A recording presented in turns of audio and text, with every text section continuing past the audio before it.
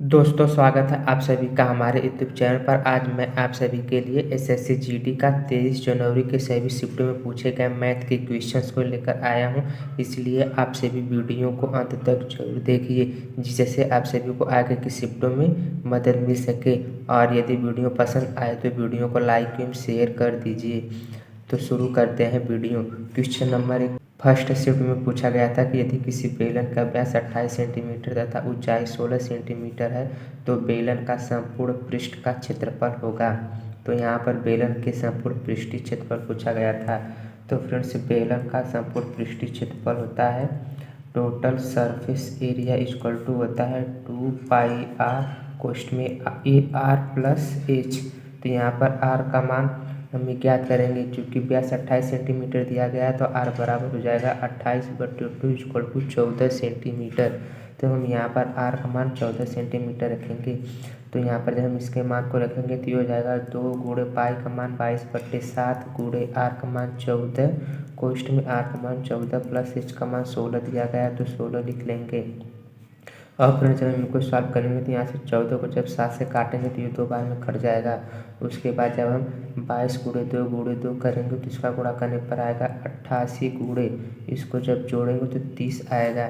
तो फ्रेंड्स, जब हम 88 में 30 का गुणा करेंगे तो इसका गुणा करने पर आएगा 2640 वर्ग सेमी।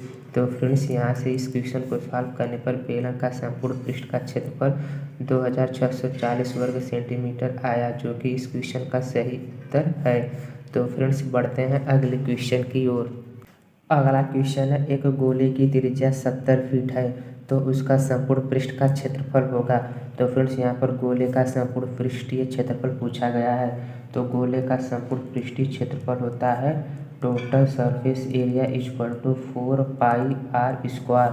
और यहाँ पर त्रिज्या फीट में दी गई है 70 फीट। तो हम यहाँ पर इसके मान को रखेंगे, तो जब हम यहाँ पर इनके मान को रखेंगे तो ये हो जाएगा 4 गुणे पाई का मान 22/7 गुणे 70 फीट है। तो हम 70 का स्क्वायर करेंगे तो 70 गुणे 70 हो जाएगा।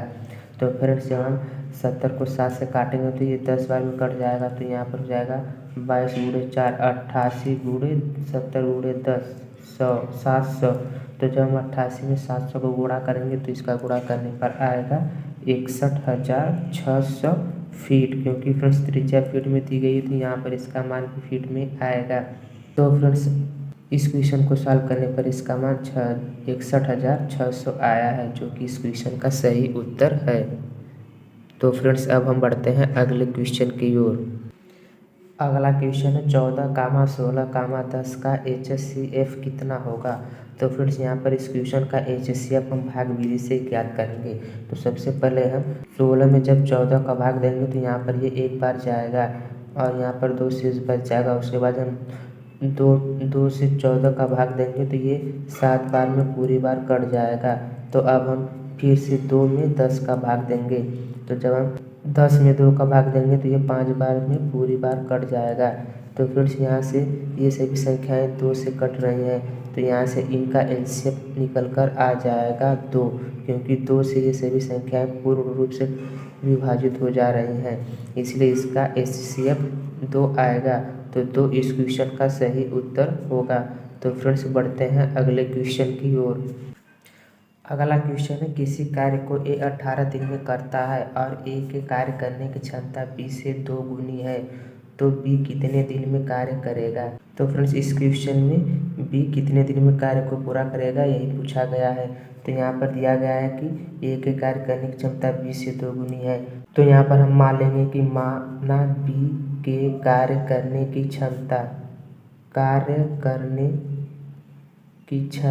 एक हो जाएगी, क्योंकि ए के कार्य करने की क्षमता बी से 2 गुनी है तो ए के कार्य करने की क्षमता हो जाएगी 2, क्योंकि बी से 2 गुनी है। क्योंकि ए किसी कार्य को 18 दिन में कर रहा है और इसके कार्य करने की क्षमता 2 है, तो यहाँ से हम कुल कार्य निकाल लेंगे। ए के कार्य करने की क्षमता 2 है और ये 18 दिन में कुल कार्य कर रहा है, तो यहाँ से कुल कार्य निकल कर आ जाएगा 36 दिन। तो अब हम यहाँ से बी के कार्य करने के दिन को ज्ञात करेंगे। तो बी के कार्य करने का दिन हो जाएगा 36, कुल कार्य 36 है तो 36 लिख लेंगे गुणे बी के कार्य करने की क्षमता 1 है तो 1 हो जाएगा। तो जब यहाँ से इनका गुणा करेंगे तो ये हो जाएगा 36 दिन। तो अर्थात फ्रेंड इस क्वेश्चन को सॉल्व करने पर यह निकल कर आएगा कि बी उसी कार्य को 36 दिन में पूरा करेगा। तो 36 दिन इस क्वेश्चन का सही उत्तर होगा। तो फ्रेंड्स बढ़ते हैं अगले क्वेश्चन की ओर। अगला क्वेश्चन है, एक व्यक्ति 300 मीटर की दूरी 10 किलोमीटर प्रति घंटा से तय करता है तो समय कितना होगा। तो फ्रेंड्स इस क्वेश्चन में समय पूछा गया था। तो समय बराबर होता है दूरी बट्टे 4 और यहाँ पर दूरी दी गई है 300 मीटर और चाल दिया गया है 10 किलोमीटर प्रति घंटा। चूँकि फ्रेंड्स 1 किलोमीटर प्रति घंटा में है और यहाँ पर दूरी मीटर में है तो हम चाल को भी मीटर प्रति सेकंड में चेंज करेंगे। तो यहाँ पर 10 किलोमीटर प्रति घंटा तो जब इसको मीटर प्रति सेकंड में चेंज करेंगे तो यहाँ पर 5/18 का गुणा कर देंगे। तो जब इनका गुणा करेंगे तो ये 18 ऊपर चला जाएगा तो ये हो जाएगा 300 × 18 बट्टे 10 × 5 करेंगे तो 50 आएगा। तो फ्रेंड्स जब हम यहाँ से इसको सॉल्व करेंगे तो 300 को जब हम 50 से काटेंगे तो ये 6 बार में कट जाएगा और उसके बाद हम 6 में 18 का गुणा करेंगे तो ये हो जाएगा 108 सेकेंड। तो फ्रेंड्स यहाँ से इस क्वेश्चन को सॉल्व करने पर उस व्यक्ति का समय निकल कर आ गया 108 सेकेंड। तो 108 सेकेंड इस क्वेश्चन का सही उत्तर होगा। तो फ्रेंड्स अब हम बढ़ते हैं अगले क्वेश्चन की ओर। अगला क्वेश्चन है, किसी वस्तु का क्रय मूल्य 34 रुपये तथा विक्रय मूल्य 48 रुपये है तो लाभ प्रतिशत कितना होगा। तो फ्रेंड्स इस क्वेश्चन में लाभ प्रतिशत पूछा गया है। तो लाभ प्रतिशत का फार्मूला होता है लाभ प्रतिशत बराबर कुल लाभ गुणे 100 बट्टे क्रय मूल्य। तो यहाँ पर लाभ हो जाएगा 48 में से जब 34 को घटाएंगे तो 48 में से 34 को घटाने पर आ जाएगा 14 × 100। क्रय मूल्य 34 है तो हम 34 लिख लेंगे। तो फिर जब हम इनको यहाँ से काटेंगे तो ये हो जाएगा 7 से कटेगा और ये 17 से कटेगा। तो जब हम 7 में 100 का गुणा करेंगे तो ये 700 हो जाएगा बट्टे 17। तो फ्रेंड जब हम 700 में 17 का भाग देंगे तो इसका भाग देने पर आएगा 41.2%। तो फ्रेंड्स यहाँ से इस क्वेश्चन को सॉल्व करने पर उस वस्तु का लाभ प्रतिशत निकल कर आ गया 41.2%, जो कि इस क्वेश्चन का सही उत्तर है। तो फ्रेंड्स अब हम बढ़ते हैं अगले क्वेश्चन की ओर। अगला क्वेश्चन पूछा गया था कि कॉस्ट प्राइस 1000 रुपये दिया गया था और सेलिंग प्राइस 1210 रुपये दिया गया था। तो प्रतिशत प्रॉफिट पूछा गया था। तो प्रतिशत प्रॉफिट का फार्मूला होता है प्रतिशत प्रॉफिट इक्वल टू लाभ गुणे 100 बट्टे CP कॉस्ट प्राइस। तो फिर जब हम यहाँ से लाभ की गणना करेंगे तो SP में से जब CP को घटाएंगे तो 1210 में से 1000 को घटाने पर आ जाएगा 210 गुणे 100/CP। यहाँ पर दिया गया है 1000। तो जब हम इसको सॉल्व करेंगे तो यहाँ से 0 आपस में कट जाएगा तो यहाँ पर बचेगा 21 गुणे 1। तो जब हम 21 में 1 का गुणा करेंगे तो इसका गुणा करने पर आएगा 21%। तो फ्रेंड्स यहाँ से इस क्वेश्चन को सॉल्व करने पर इस का प्रतिशत प्रॉफिट निकल कर आ गया 21%, जो कि इस क्वेश्चन का सही उत्तर है। तो फ्रेंड्स अब हम बढ़ते हैं अगले क्वेश्चन की ओर। अगला क्वेश्चन है 20 आदमी 30 दिन में काम करते हैं तो 15 आदमी कितने दिन में काम करेंगे। तो फ्रेंड्स यहाँ पर हम सबसे पहले मान लेंगे कि 15 आदमी x दिन में काम पूरा करते हैं, x दिन में काम पूरा करते हैं। तो यहाँ पर हो जाएगा 20 आदमी 30 दिन में काम कर रहे हैं तो ये हो जाएगा 20 गुणे 30 इक्वल टू 15 गुणे यहाँ पर हमने x माना तो x हो जाएगा। तो जब हम यहाँ से इसको साफ करेंगे तो 30 को जब हम 15 से काटेंगे तो ये 2 बार में कट जाएगा। तो यहाँ पर बचेगा x इक्वल टू 20 गुणे 2 बराबर 40 दिन। तो फ्रेंड्स यहाँ से 15 आदमी निकल कर आ गया कि 15 आदमी उसी कार्य को 40 दिन में पूरा करेंगे। तो 40 दिन इस क्वेश्चन का सही उत्तर होगा। तो फ्रेंड्स अब हम बढ़ते हैं अगले क्वेश्चन की ओर। अगला क्वेश्चन है प्रथम 9 अभाज्य संख्याओं का औसत होगा। तो फ्रेंड्स इस क्वेश्चन में प्रथम 9 अभाज्य संख्याओं का औसत पूछा गया है। तो हम सबसे पहले प्रथम 9 अभाज्य संख्याओं को लिखेंगे। तो 9 अभाज्य संख्याएं हो जाएंगी 2, 3, 5, 7, 11, 13, 17, 19, 23। फ्रेंड्स ये सभी अभाज्य संख्याएं हैं और 9 तक पूछा गया तो 9 तक ये अभी सभी अभाज्य संख्याएं होंगी। तो अब हम इनका औसत निकालें। जोड़ेंगे तो औसत हो जाएगा। तो फिर जब हम इनको जोड़ेंगे तो इनको जोड़ने पर आएगा 100। तो ये हो जाएगा 100/9। अब संख्या है तो 9 का भाग दे देंगे। तो जब हम 100 में 9 का भाग देंगे तो इसका भाग देने पर आएगा 11 सहित 1/9। तो फ्रेंड्स यहाँ से इस क्वेश्चन को सॉल्व करने पर प्रथम 9 अभाज्य संख्याओं का औसत निकल कर आएगा 11 सहित 1/9, जो कि इस क्वेश्चन का सही उत्तर है। तो फ्रेंड्स अब हम बढ़ते हैं अगले क्वेश्चन की ओर। अगला क्वेश्चन है जिसमें कॉस्ट प्राइस 1200 रुपये दिया गया था और सेल प्राइस 1440 रुपये दिया गया था। तो प्रतिशत प्रॉफिट पूछा गया था। तो यहाँ पर प्रतिशत प्रॉफिट हो जाएगा, प्रतिशत प्रॉफिट इक्वल टू हो जाएगा प्रॉफिट गुणे 100/CP कॉस्ट प्राइस। तो फिर जब यहाँ से प्रॉफिट की गणना करेंगे तो सेल प्राइस में से कॉस्ट प्राइस को जब हटाएंगे तो यहाँ से प्रॉफिट निकल कर आ जाएगा। तो जब 1440 में से 1200 को घटाएंगे तो यहाँ से निकल कर आ जाएगा 240 गुणे 100 कॉस्ट प्राइस है 1200। तो फिर यहाँ से 2 जीरो आपस में कट जाएगा और यहाँ पर जब हम इसको 240 को 12 से काटेंगे तो ये 20 बार में कट जाएगा, तो अर्थात 20% आएगा। तो फिर यहाँ से इस क्वेश्चन को सॉल्व करने पर इसका प्रतिशत प्रॉफिट निकल कर आ गया 20%, जो कि इस क्वेश्चन का सही उत्तर है। तो फ्रेंड्स बढ़ते हैं अगले क्वेश्चन की ओर। अगला क्वेश्चन ए किसी काम को 12 दिन में और बी 18 दिन में करता है, तो दोनों मिलकर कितने दिन में करेंगे। तो फ्रेंड्स यहाँ पर दोनों का कार्य दिवस पूछा गया है। तो यहाँ पर ए 12 दिन में काम पूरा कर रहा है और बी 18 दिन में काम पूरा कर रहा है। तो यहाँ से जब इनका एलसीएम लेंगे तो इसका एलसीएम निकल कर आ जाएगा 36, जो कि कुल कार्य होगा। अब फ्रेंड्स हम यहाँ से ए की एफिशिएंसी निकालेंगे, अर्थात ए की कार्य करने की क्षमता। तो जब कुल कार्य में से ए के कार्य करने के दिन से भाग दे देंगे तो यहाँ से क्षमता निकल कर आ जाएगी। तो जब हम 36 में 12 का भाग देंगे तो यहाँ से 3 आएगा, अर्थात ये ए के कार्य करने की क्षमता है। और जब हम 36 में 18 का भाग देंगे तो 2 आएगा, अर्थात ये बी के कार्य करने की क्षमता है। तो फिर यहाँ पर ए और बी दोनों मिलकर कितने दिन में कार्य करेंगे यही पूछा गया है। तो यहाँ पर ए प्लस बी का निकालेंगे, कुल कार्य 36 है और इनके कार्य करने की क्षमता 3 तथा 2 है। तो जब इनको जोड़ेंगे तो इनको जोड़ने पर आएगा 5। तो फिर जब यहाँ से इसमें भाग देंगे तो इसका भाग देने पर आएगा 7 सहित 1/5 दिन, अर्थात फ्रेंड्स ए और बी दोनों मिलकर 7 सहित 1/5 दिन में कार्य को पूरा कर देंगे। तो यही इस क्वेश्चन का सही उत्तर है। तो फ्रेंड्स बढ़ते हैं अगले क्वेश्चन की ओर। अगला क्वेश्चन 1/8, 5/7, 6/18, 2/3 का आरोही क्रम होगा। तो फ्रेंड्स इस क्वेश्चन में आरोही क्रम अर्थात बढ़ते क्रम को ज्ञात करना है। तो हम सबसे पहले इन सभी संख्याओं में 100 का गुणा करेंगे। तो जब इनमें 100 का गुणा करेंगे तो ये हो जाएगा 100/8, 500/7, 600/18, 200/3। अब जब इनका भाग देंगे तो हम दशमलव के बाद की संख्या को नहीं लेंगे। तो जब 100 में 8 का भाग देंगे तो इसका भाग देने पर आएगा 12 पॉइंट समथिंग, तो हम केवल 12 को लेंगे, कामा। उसके बाद जब हम 500 में 7 का भाग देंगे तो इसका भाग देने पर आएगा 71 पॉइंट समथिंग, तो हम केवल 71 को लेंगे, कामा। उसके बाद हम 600 में 18 का भाग देंगे तो इसका भाग देने पर आएगा 33 पॉइंट समथिंग, तो हम केवल 33 को लेंगे, कामा। उसके बाद 200 में जब हम 3 का भाग देंगे तो इसका भाग देने पर आएगा 66 पॉइंट समथिंग, तो हम यहाँ पर केवल 66 को लेंगे।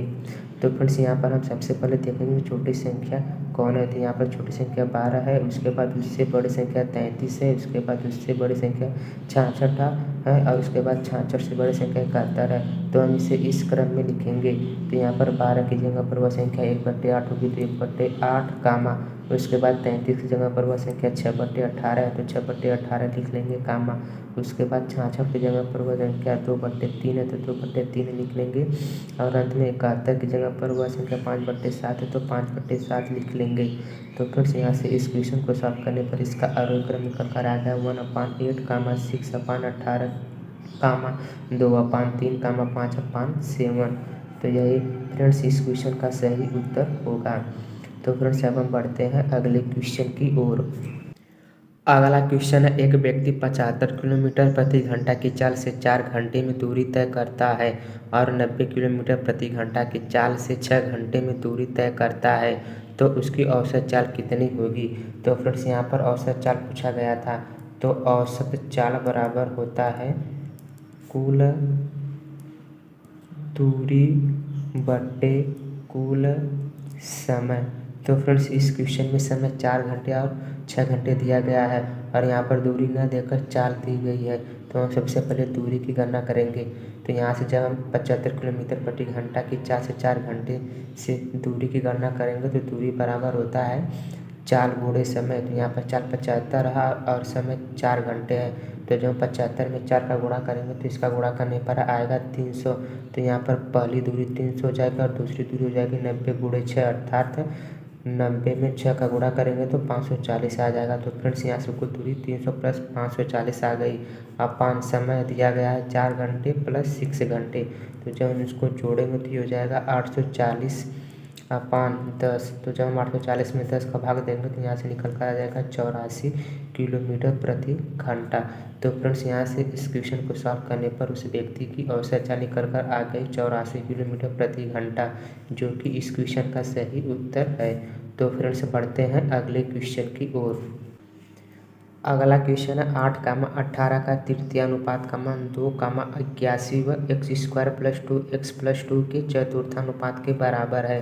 तो x का मान होगा। तो फ्रेंड्स यहाँ पर x का मान पूछा गया है और क्वेश्चन में कहा गया है कि तृतीय अनुपात बराबर चतुर्थानुपात है। तो यहाँ पर हो जाएगा 8 और 18 का तृतीय अनुपात हो जाएगा 18 का स्क्वायर 18 गुणे 18 अपान ए अर्थात 8 इक्वल टू, चूँकि तृतीय अनुपात बराबर चतुर्थानुपात है तो जब हम इसका चतुर्थानुपात निकालेंगे तो इसका चतुर्थानुपात हो जाएगा बी है 81 तो 81 ले लेंगे गुणे सी है x² प्लस 2x प्लस 2 अपान ए का मान 2 है तो 2 लिख लेंगे। तो जब यहाँ से 8 को 2 से काटेंगे तो ये 4 बार में कट जाएगा। उसके बाद फ्रेंड्स यहाँ पर ये 18 9 से 2 बार में कटेगा और 4 को 2 से काटेंगे तो 2 बार में कटेगा। और यहाँ पर भी ये जब हम 18 को 2 से काटेंगे तो ये 9 बार में कट जाएगा। तो यहाँ पर हो जाएगा 9 × 9 81 इक्वल टू 81 क्वेश्चन में x² प्लस 2x प्लस 2। तो फ्रेंड्स यहाँ से 81 भी आपस में कट जाएगा तो यहाँ पर एक बचेगा। तो यहाँ पर हो जाएगा x² प्लस 2x प्लस 2 और जब हम बराबर के इस साइड 1 को इस साइड लेकर आएंगे तो ये माइनस में हो जाएगा 0। तो यहाँ से x² प्लस 2x प्लस 1 बराबर 0 हो जाएगा। तो फ्रेंड्स यहाँ पर ये x प्लस 1 का होल स्क्वायर बन जाएगा इक्वल टू 0 और यहाँ से x प्लस 1 बराबर हो जाएगा 0 तथा x बराबर निकल कर आ जाएगा -1। तो फ्रेंड्स यहाँ से इस क्वेश्चन को सॉल्व करने पर x का मान निकल कर आ गया -1, जो कि इस क्वेश्चन का सही उत्तर है। तो फ्रेंड्स बढ़ते हैं अगले क्वेश्चन की ओर। अगला क्वेश्चन है 2 संख्याओं का एलसीएम 36 दिया गया था तथा उनका एचसीएफ 56 दिया गया था। उनमें से पहली संख्या 18 दी गई थी और दूसरी संख्या ज्ञात करना था। तो फ्रेंड्स यहाँ पर इसका फार्मूला होता है एलसीएम गुणे एचसीएफ इक्वल टू पहली संख्या गुणे दूसरी संख्या। तो यहाँ पर एलसीएम 36 दिया था और एचसीएफ 56 दिया था इक्वल टू पहली संख्या 18 और दूसरी संख्या हमें एक ज्ञात करनी थी। तो फ्रेंड्स जब हम यहाँ पर 36 को 18 से काटेंगे तो ये 2 बार में कट जाएगा। तो यहाँ से दूसरी संख्या निकल कर आ जाएगी 56 गुणे 2 अर्थात 112। तो फ्रेंड्स यहाँ से इस क्वेश्चन को सॉल्व करने पर इसका मान निकल कर आ गया 112, जो कि इस क्वेश्चन का सही उत्तर है। तो फ्रेंड्स अब हम बढ़ते हैं अगले क्वेश्चन की ओर। अगला क्वेश्चन है 12, 15, 18, 27 का एलसीएम होगा। तो फ्रेंड्स यहाँ पर इनका एलसीएम निकालना था तो हम सबसे पहले इनका एलसीएम निकालेंगे। तो 12, 15, 18, 27 का एलसीएम जो हम निकालेंगे तो यहाँ पर जब हम सबसे पहले इसमें 2 का भाग देंगे तो ये 6 बार में कट जाएगा और ये 15 हो जाएगा और यहाँ पर ये 9 बार में कटेगा 18 और यहाँ पर ये 27 को ऐसे उतार लेंगे क्योंकि यह 2 से नहीं कटेगा। अब फिर जब हम यहाँ पर इसको में 2 का भाग देंगे तो ये 6 में 2 का भाग देंगे तो 3 से कट जाएगा और 15 नहीं कटेगा तो इसको हम वैसे ही उतार लेंगे 9 को भी और 27 को भी। अब हम इसमें 2 का भाग नहीं जाएगा तो अब हम इसमें 3 का भाग देंगे तो 3 का भाग देंगे तो यहाँ पर ये 1 हो जाएगा और 15 में 3 का भाग देंगे तो 5 बार में जाएगा। 9 में 3 का भाग देंगे तो 3 बार में जाएगा तथा 27 में 3 का भाग देंगे तो 9 बार में जाएगा। अब फ्रेंड्स फिर एक बार हम इसमें 3 का भाग देंगे तो जब 3 का भाग देंगे तो 1 को उतार लेंगे। 5 में 3 का भाग नहीं जाएगा तो 5 को उतार लेंगे, यहाँ पर 1 हो जाएगा और यहाँ पर 3 हो जाएगा। उसके बाद फिर से जब हम एक बार 3 से भाग देंगे तो 1 हो जाएगा, 5, 1 और 1। अब फिर हम इसमें 5 का भाग देंगे तो 5 का भाग देंगे तो 1 आ जाएगा, 1, 1, 1। तो फ्रेंड्स यहाँ से एलसीएम निकल कर आ जाएगा 2 गुणे 2 गुणे 3 गुणे 3 गुणे 3 गुणे 5। तो जब हम इनका आपस में गुणा करेंगे तो इनका गुणा करने पर आएगा 540। तो फ्रेंड्स यहाँ से इस क्वेश्चन को सॉल्व करने पर इसका एलसीएम निकल कर आ गया 540, जो कि इस क्वेश्चन का सही उत्तर है। तो फ्रेंड्स हमें इतने ही क्वेश्चन प्राप्त हुए थे। यदि वीडियो पसंद आए तो वीडियो को लाइक एंड शेयर कर दीजिए, और चैनल पर नए आए हो तो चैनल को सब्सक्राइब करके बेल आइकन को ऑन कर लीजिए, जिससे आप सभी को डेली एनालिसिस की अपडेट मिल सके।